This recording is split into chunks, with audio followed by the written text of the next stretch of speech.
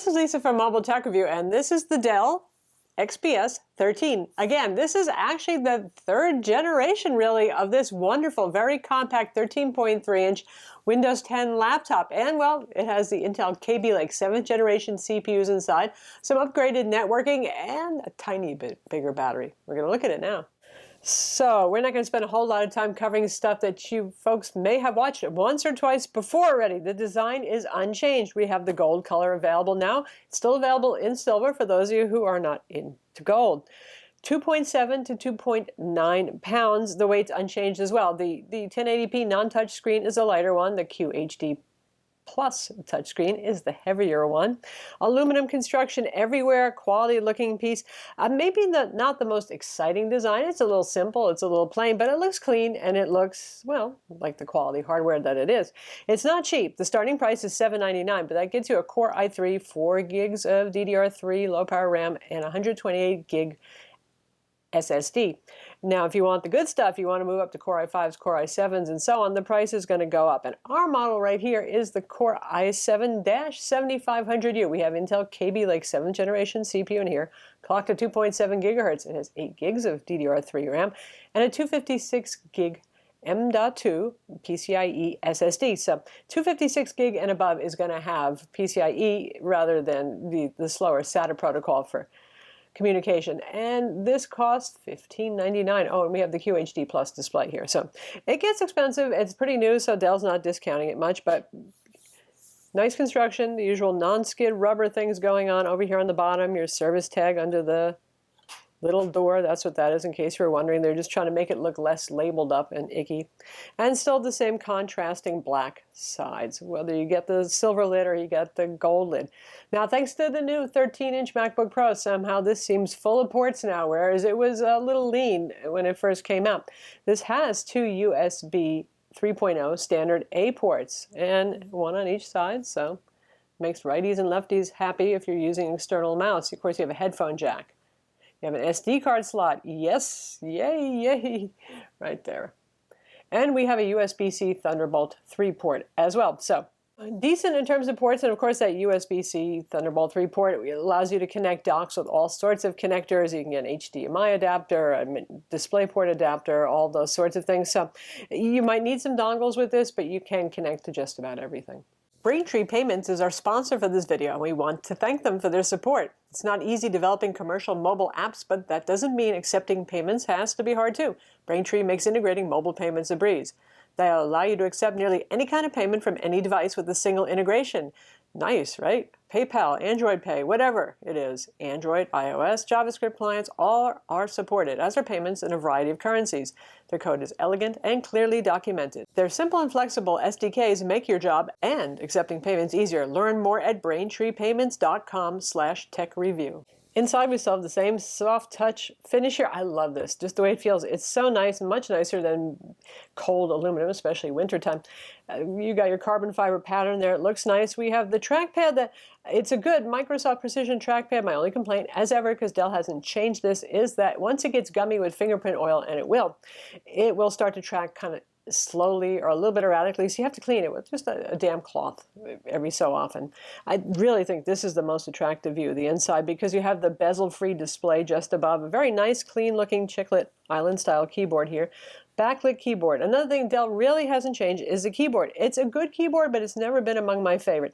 1.3 millimeters of key travel. It's a pretty low travel keyboard, but it feels kind of abrupt and harsh on the fingers when you're typing. It's not that it isn't damped, it's not noisy, it just doesn't have that same cushy feel like, say, HP managed with the Spectre X360, which has the same key travel and somehow feels more luxurious. It's not the end of the world with this, it's just not as ergonomically delightful as some of the competition. Backlit, so you can see it easily enough in any light, perfectly normal keyboard layout here, and never gets hot in this area when you're using it. The bottom, if you're really pushing it hard, you'll feel some heat, which is fair enough, but up here, cool enough. And then the bottom is not going to get burning hot to hurt you. This is an Ultrabook, dual core, Intel integrated graphics. It can't get burning hot just about. The displays are unchanged from the last year's model, and that's fine with us. You get a 1080p matte display option, 1920 by 1080, or the QHD Plus 3200 by 1800 glossy touchscreen sharp IGZO display, which is a striking looking display. But honestly, I really still like the matte display a lot too. The contrast is pleasing on that, and there's no glare. So if you don't want a touch screen, you're going to get better battery life, and it looks nice, and you're going to save some money. You get the idea there. Either way, you get around 77% of Adobe RGB and full sRGB coverage, which is good for the class and expected.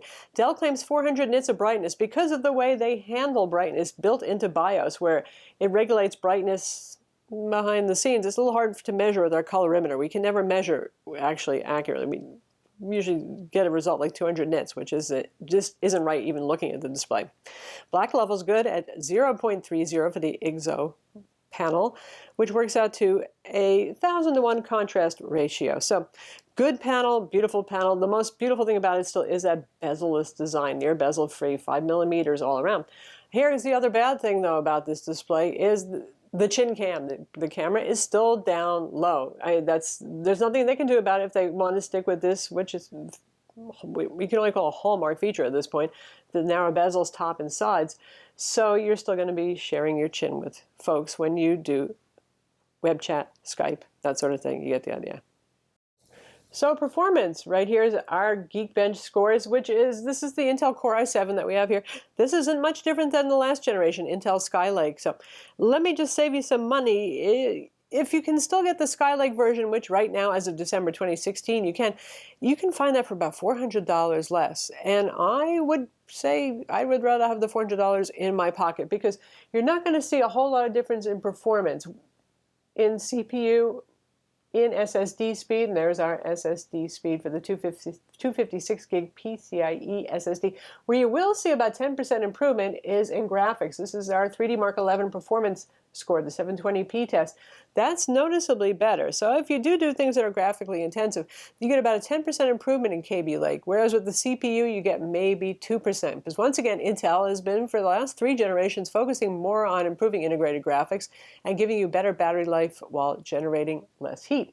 So as Ultrabooks go, they all, if you're looking at the same generation or within a generation between Skylake and Kaby Lake, this Core i5 dual cores and the Core i7 dual core 15-watt Ultrabook CPUs, you're going to see pretty similar performance across different competing models, across different brands even. So don't worry about that one particularly if you're trying to make your decision between one laptop or another, if it's an HP Spectre X360 or if it's this or any of the other lovely models that are currently available. Another improvement for this generation, and unless you hate killer Wi-Fi, if you watch my reviews, you know that I generally like it really fast throughput, good performance. You get killer 1535 AC Wi-Fi here with Bluetooth 4.1 instead of the old Intel 8260 or Broadcom modules that Dell used to use. It's behaved well for us, and the speeds have been fantastic on it. So, you know, Dell owns Alienware, so Alienware always uses killer Wi-Fi like most gaming laptops. I'm sure they have a good relationship with killer, so extending it to their high-end laptops made perfect sense and makes a lot of demanding users happy as well. So the internals are, well, identical to the last generation. I mean, identical, right down to the WLAN marker right there. This is your Wi-Fi card right there. This is your SSD M.2 connector right there. RAM is soldered onto the motherboard, and this is your battery. So the only 2 things you can upgrade are the Wi-Fi card and the SSD, which is pretty typical of 13-inch Ultrabooks. Even though fingerprint scanners, Windows camera, hello, facial recognition, you know, Windows hello, all that stuff, not here still. I was hoping over the years that Dell might have at least added a fingerprint scanner. It's still not here. So the camera won't say, oh, look at you, I know you, and log you in automatically if you set it up. There's no fingerprint scanner. So you will type your password the old-fashioned way here.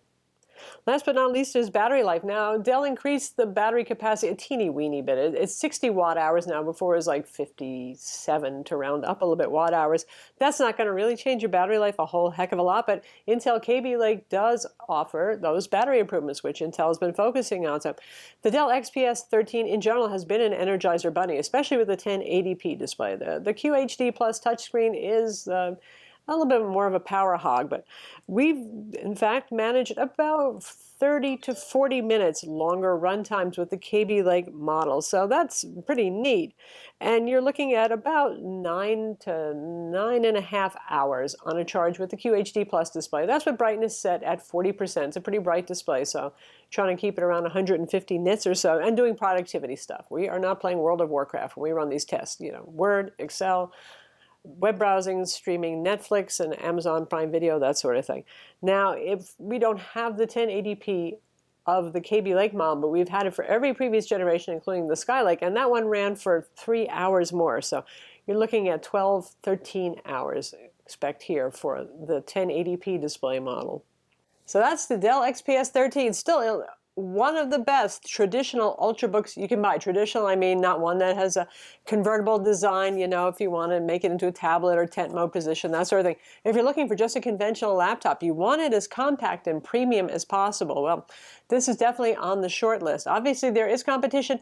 More so, you know, in the Ultrabook space now, the most interesting ones are convertibles like the HP Spectre X360, for example, the Lenovo Yoga 910. Those all can be, but they're a different design than this. So for those of you who really want that traditional laptop, you don't need those other fancy bells and whistles. Well, premium construction, fast performance, that lovely bezel-free display, and nice display options too. It's not perfect, but it's still darn good. I'm Lisa from Mobile Tech Review. Be sure to subscribe to our YouTube channel for more cool tech videos, and thumbs up if you liked it.